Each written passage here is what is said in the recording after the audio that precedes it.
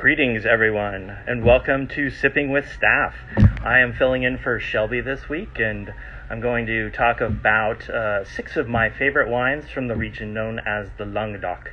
So, I am the French regional buyer for K&L, and this is a reverse map because of the Instagram feed and the way I guess it presents itself. But the Languedoc is in the south of France and was primarily known as a bulk wine producing region for many, many decades. But it's a great region for ingenuity. There's a lot of great old vine fruit, and the restrictions are less severe. So we found a lot of producers along the way that are making really cool wines at very reasonable prices, and some steeped in tradition and some very forward-thinking and creative in their winemaking practices. So I think one of the most exciting regions in France right now. And I think as far as like organic production, minimalist intervention in winemaking, I think it's an area worth exploring for a lot of people. So let's start with one of our favorite producers. And sparkling wine is one of the oldest types of wine produced with some kind of appellation in the region. So there's an area called Limoux.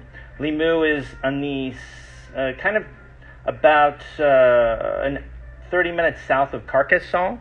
And Carcassonne is a famous walled village or walled city, and one of the oldest cities in the region that has beautiful turrets. It's these incredible stone walls. But just to the south of that is Limoux, and they were famous for a wine called Blanquette de Limoux. And the history of wine production and sparkling wine production actually predates Champagne in this particular area, though qualitatively maybe not as consistent or as good or as expensive for that matter. But what you can get are some incredible values. And so Antech, we've been working with this producer for about 15 to 20 years now, almost 20 years. And they make fantastic sparkling wines. So the Eugenie is named for one of the great old dames who ran the property back at the turn of the century as an honor to her sort of resuscitating it and taking over, especially during World War I, when actually I think 2 of the male descendants were actually killed in the war, and so it came to the women to run the estate and advance their winemaking practices. So the producer behind this is Françoise Antech, one of our dear friends here at the store, and she makes 3 sparkling wines that we work with. She does a Rosé, she does the traditional Blanquette de Limoux, but a very dry style, and then the Eugenie. And the Eugenie is more like a classic sparkling wine with Chardonnay, a little bit of Pinot Noir. In this region, they blend a little bit of Chenin Blanc, and then the traditional grape of the region, Malzac. So you see a little bit of Malzac in the Cuvée here, but the focus is primarily on Chardonnay. What makes Limoux special? Well, it's an area that actually has 3 different types of weather systems that are coming in. So you have the Mediterranean influence coming off the Mediterranean, but you also have the Atlantic influence. There's like a long, long canyon or valley that runs through this region that pulls in a lot of moisture from the Atlantic and cool air. And then you have the Pyrenees on the border to the south where Spain is, though not on the map here. So these 3 confluences of weather systems actually create a much cooler climate in and around this area, which is ideal for sparkling wine production. You also get a really nice calcareous soil, which are the chalky limestone soils, and those are also great for sparkling wine production because they help build more acid structure in the wine. So Antech, this sees about 12 to 18 months sur lat, which means aged on the lees. It's a secondary bottle fermentation, just like they would do in Champagne, but only $13.99 a bottle. This is the 2018, and I think one of the best aperitifs and always one of our favorite wines to serve during the holiday season, especially for gatherings. So highly recommend, definitely worth trying. So another area that's really fun, that's getting a lot more attention these days, is an area just outside of Montpellier called Peakpool Dupine. And so the grape itself is the grape Picpoul, and it's from the region, which was known originally as the Chateau de Languedoc Peakpool Dupine. And so in this particular region, there's a lot more gravel, a lot of sands in this area, and all of these little plateaus. And so these plateaus are where Picpoul is primarily planted to, and they're the best growing areas in the particular region. What makes this region so interesting, aside from the sort of nervy and nervous energy of these crisp and super clean white wines, is that there's all these lagoons just off the Mediterranean. And so if you're in the Peakpool region, you can see in the distance the Mediterranean, but the lagoons are one of the first things that you'll see. And these lagoons are famous for their oyster and mussel cultivation. So if you're in the south and you're eating oysters, they're going to have a little bit more of a salty characteristic. Mediterranean has a little bit more high saline than, say, the Atlantic. So it's always these kind of brackish, briny oysters. But the mussels from the region, too, you'll see a lot of those are roasted, or they're done with like a sort of little mayonnaise and then finished in a broiler, and they're just super creamy and rich. And that's really perfect for a white like this. So this is the Domaine Condamine Lévesque, and in this particular region, they're more famous for their cooperative production. So there's a lot of big co-ops, a lot of the villages, each has its own cooperative, where most of the growers just bring their grapes and they produce the wines. But this is a small domain, and the actual proprietor of the domain was head of the appellation for several years. He's retired now, and his son runs the property primarily. So La Dent is the teeth, and this has this almost sort of crisp, crunchy, like almost like jangling your teeth kind of energy to it, which is great for the type of wine that goes really well with the cuisine that you would find in this region. So if you're just drinking this wine with a plate of oysters, it's going to be one of the most refreshing and fun afternoons you'll ever spend in the Languedoc, especially if you're sitting out staring at the Mediterranean. So highly recommend this for its character, its sort of vibrancy, lots of citrus limey notes to it, and just a real great palate cleanser of a white, whether it's as an aperitif or with some really, really nice shellfish.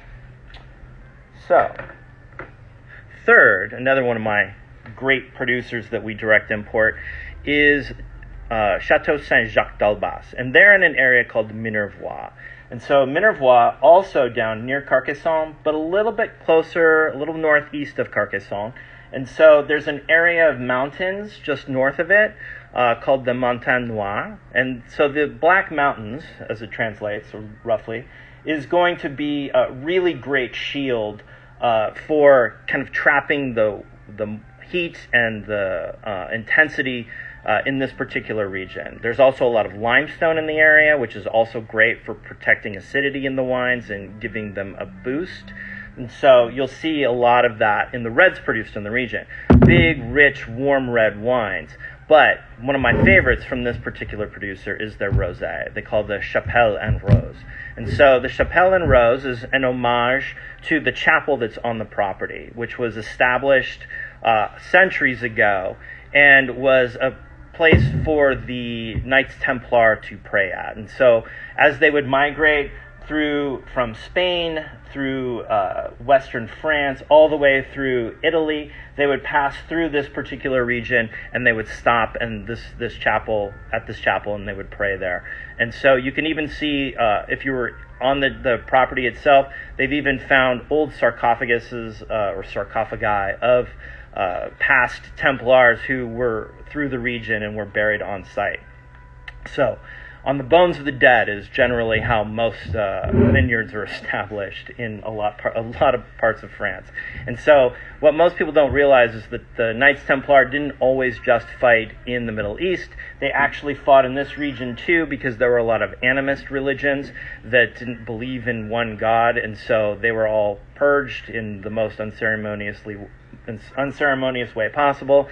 Many of them were, holed up in their hills or their chapels, praying to their gods for some salvation, and usually that came in the form of dead animals thrown into the wells of a lot of those properties, then creating a lot of disease and outbreaks. So that was one tactic that the Templars would take. But I digress. So the Chapelle and Rose, though, really fresh, vibrant rosé, some really pretty sort of red fruit notes to it, and it's a blend of Grenache, Mourvedre, and Roussanne. So with the Grenache, you're going to see that sort of red fruit characteristic, and there's a lot of color, and it tends to make up a lot of the rosé in the region. So you get these sort of pinkish or vibrant, almost orange-hued characteristics in the color, but the fruit profile has some really nice intensity to it as well.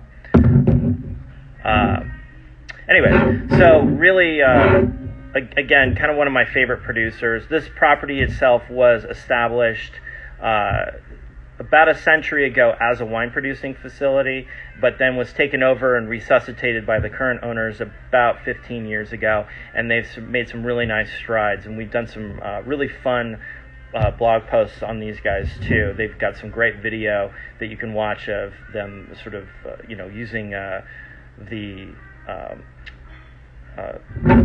little, what do you call them? Oh, well, I can't think of it. But anyways, they've got some great aerial video of the property, which will give you a sense of where the chapel is, where the chateau itself is, and where the vineyards are in relation to those two.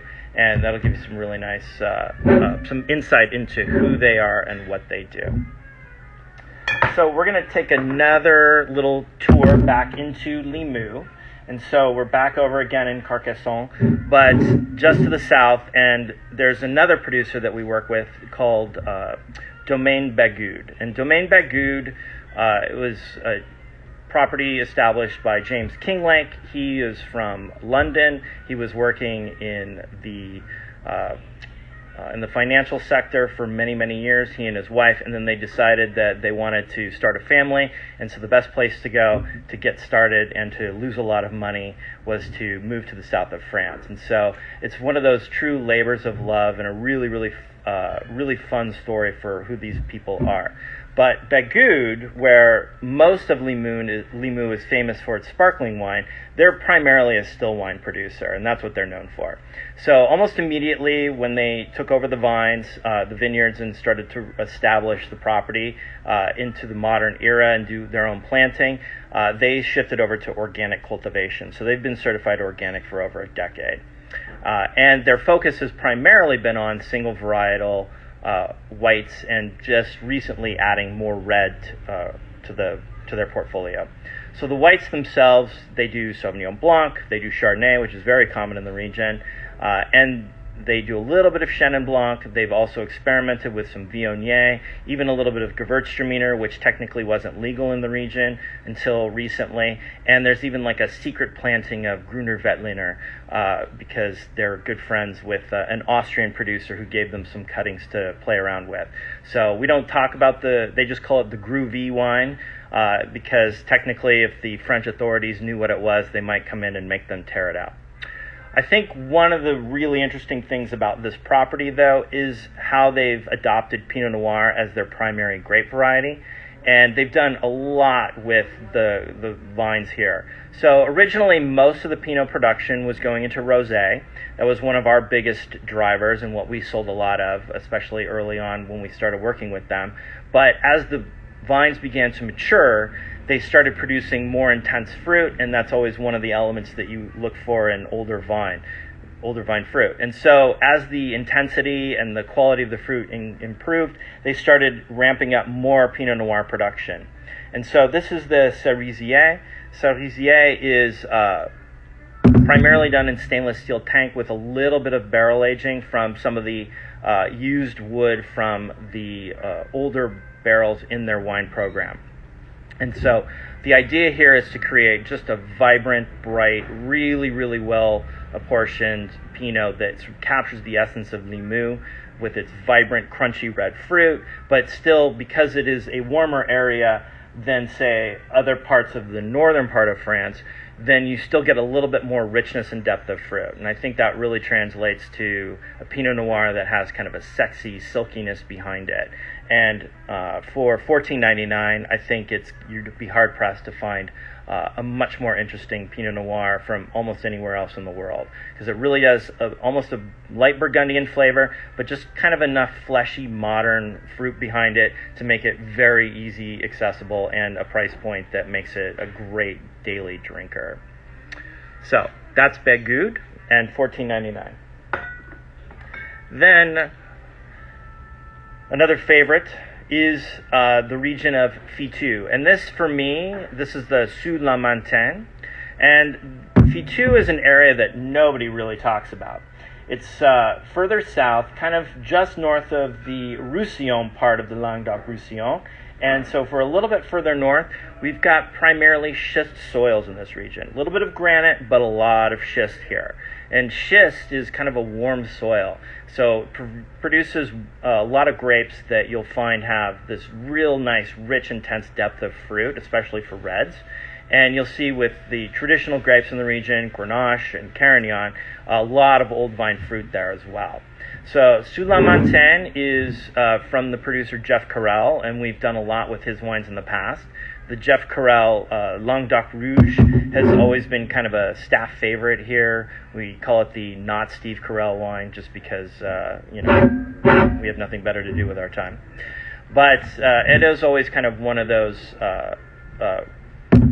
he's one of those producers that makes really nice, very accessible and very approachable red wines that have this kind of ease of drinking, but also some really nice French characteristics behind them. So Fitou as a region doesn't get a lot of attention, and Carrel found some vines there that he really liked with a partner, and so they started making the Sous la Montagne, or Under the Mountain wines, which is also a reference to the Montagne Noir, that same mountain that influences a lot of Minervois. And so here you'll see a wine that has the very classic French character to it. So it's got a little bit more of the spice and the earth and the leather that kind of becomes like a favorite of these sort of picnic wine characteristics. So, if I was sitting in a cafe, in Paris and I saw this would be like the perfect wine for me to just get that. I want that very French sensibility in red. So zesty, kind of spicy, Grenache-driven flavor profile.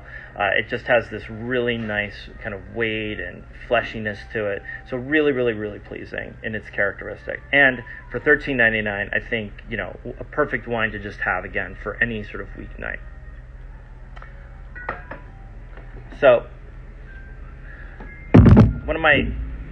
another great producer that we added to our portfolio a few years ago is Chateau De Lenneglii, and this producer is kind of famous for rejuvenating the La Clappe region.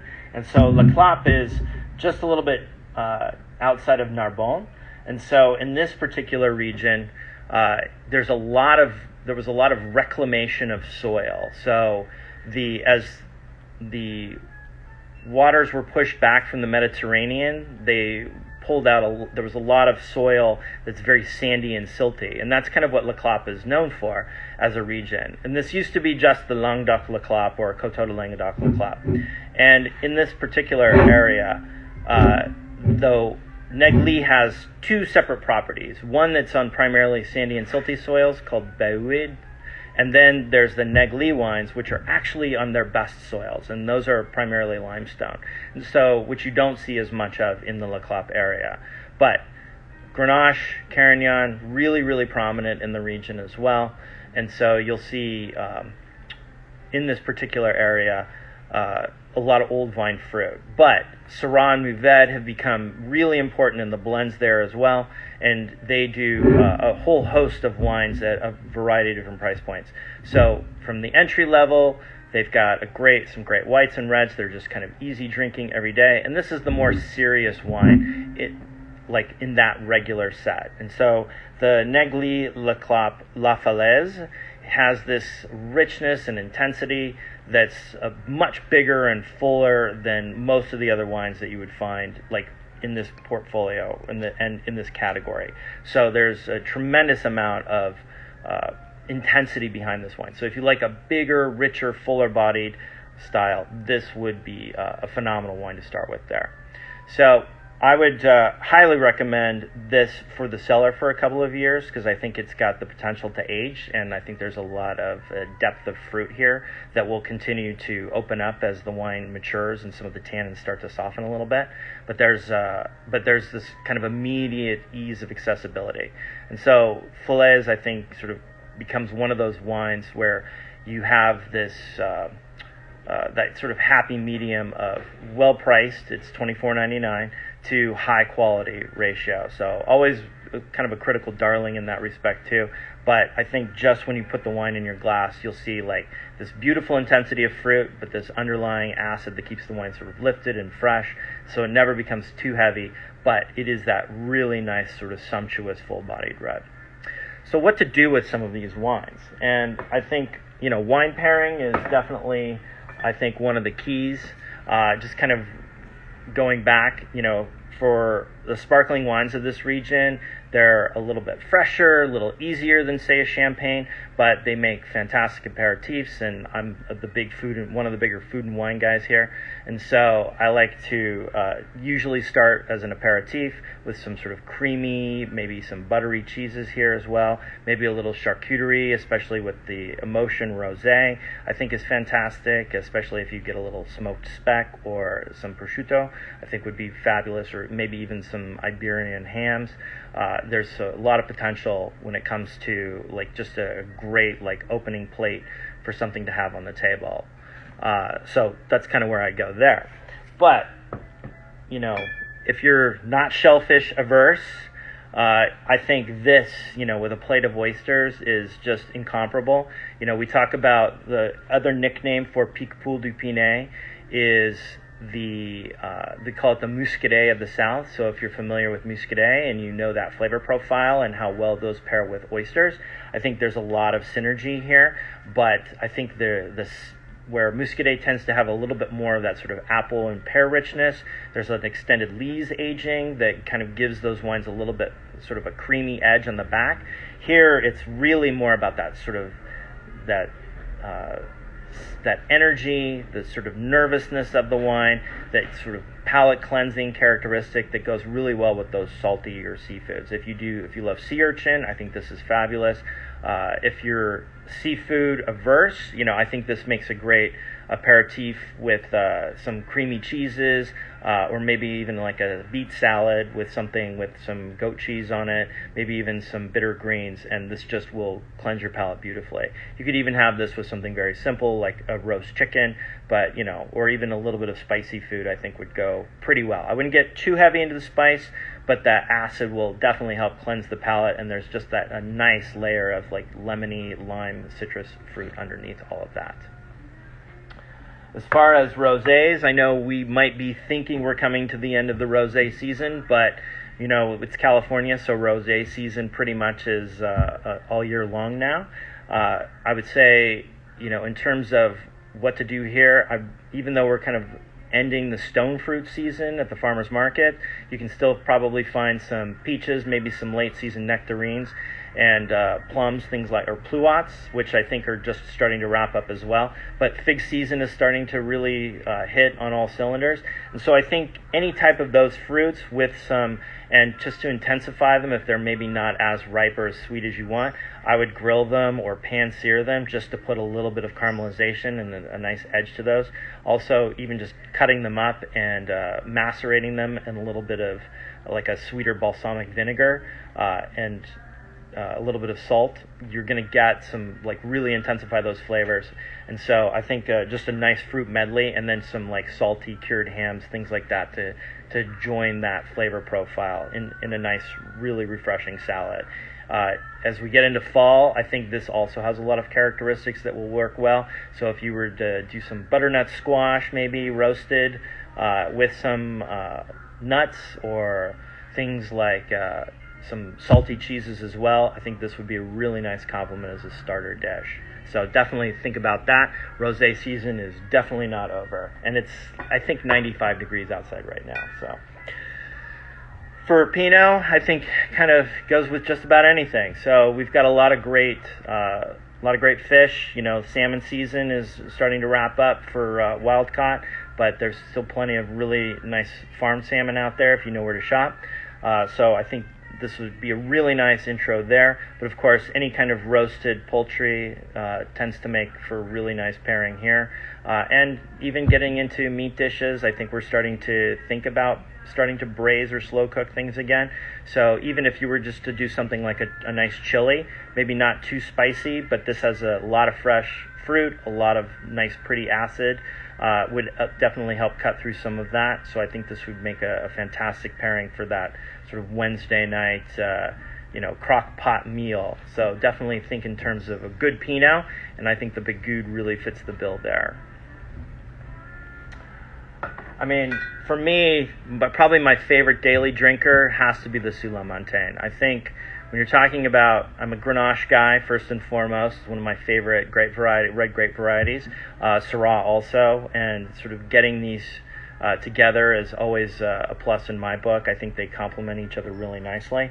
But this just has that essence of Frenchness. Like if you really do love sort of old school French reds and you want that peppery spiciness with that sort of earthy fruit, lots of roasted black fruit flavor, but just that baking spice characteristic, this has all of that, and it really satisfies that itch in my brain that says, remember when old French wine used to taste like this?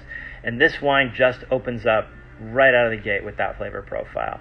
And for me, if you want to be really simple about it, just grill some really nice sausages. Just find your local butcher, get a couple really good either pork or beef-based sausages, and just throw them on the grill. Get some roast some vegetables to go with it. Keep it really simple. You don't have to get really complicated with food and wine pairings.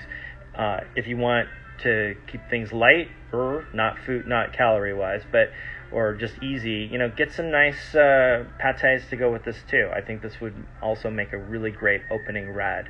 It has a lot of those just flavors that are sort of called to you when you're thinking in terms of French wines. So definitely don't miss out on the Sous Montagne. And say finally, with the Lenneglii, if I was doing I would get a little bit more serious with my food here. I think this wine has a really serious edge to it, and so I want to get more creative, and I want to sort of express the best that this has to offer. And so I would say, for me, I really want to get into something like a butterflied leg of lamb, and then maybe slow cook it, over kind of smoky coals, just to kind of really infuse it with that characteristic.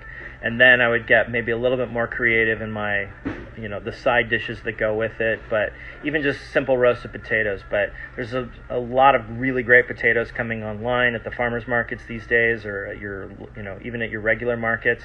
And I like to twice cook my potatoes, par cook them, and then smash them and fry them in the pan, just to crisp them up on the outside, but keep them nice and gelatinous on the inside. Or if that's too much, just toss them with a bunch of herbs and throw them in the oven and just let them go at a high temperature, especially for those roasted baby potatoes. If you're going to go with something like a baking potato, cut it into chunks so that you cook it much faster and you get that essence of the sort of creamy on the inside and crispy on the outside.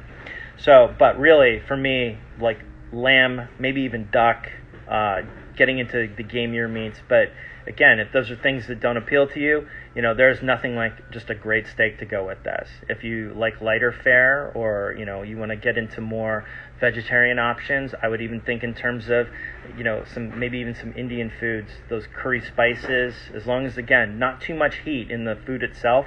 I think alcohol levels and heat don't necessarily play well together, but if you have those sort of exotic flavor profiles, lots of turmeric, fenugreek, things like that, there's a lot of those kind of spice flavors you'll find in this wine, and I think that those are the types of things that this wine can help accentuate. So that's kind of my mixed six-pack of things that I'm enjoying right now, things that I think you would enjoy just as well. Kind of a nice overview of the Languedoc, just to kind of give you a sense of how many different regions there are in this area, and sort of the diversity of the winemaking that's going on there. I think it's one of those regions that, if you haven't been paying attention, there's a lot more things that can happen, or that are happening there, that are worth your worth the time and effort to explore. And the beauty of the Languedoc is the cost of entry is very low. So you can drink most of these wines for under 25 and almost every single one of these wines for well under 20. So I think given that, there's a lot of great value still to be found in France. All right, so I think that's my time, and I want to thank you guys for tuning in and checking it out, and hope you enjoyed some of the recommendations.